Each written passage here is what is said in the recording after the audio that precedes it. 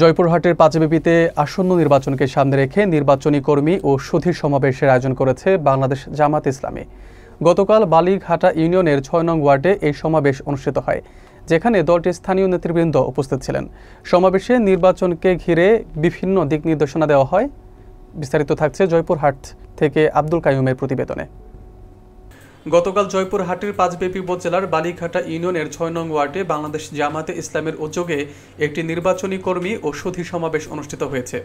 আটল দাখিল মাদ্রাসা ভোট কেন্দ্রের পরিচালক মোহাম্মদ আশরাফুল ইসলামের সভাপতিত্বে এবং ওয়ার্ডে সেক্রেটারি হাবিবুর রহমানের সঞ্চালনায় এই সমাবেশে প্রধান অতিথি হিসেবে উপস্থিত ছিলেন জামাতে ইসলামের পাঁচবিবি উপজেলা শাখার সেক্রেটারি এবং আসন্ন জাতীয় নির্বাচন পরিচালনা কমিটির উপজেলা সভাপতি মোহাম্মদ আবু সুফিয়ান মুক্তার।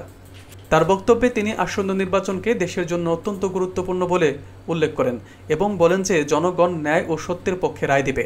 তাই তিনি প্রতিটি কর্মীকে আন্তরিকতার সঙ্গে মানুষের কাছে গিয়ে ইসলামী আন্দোলনের আদর্শ তুলে ধরে দাঁড়িপাল্লার পক্ষে জনমত গঠনের আহ্বান জানান।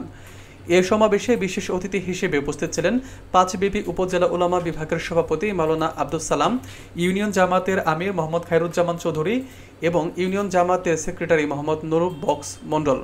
এ সময় এলাকার গণ্যমান্য ব্যক্তি, সুধীজন ও সাধারণ মানুষও সমাবেশে অংশগ্রহণ করেন।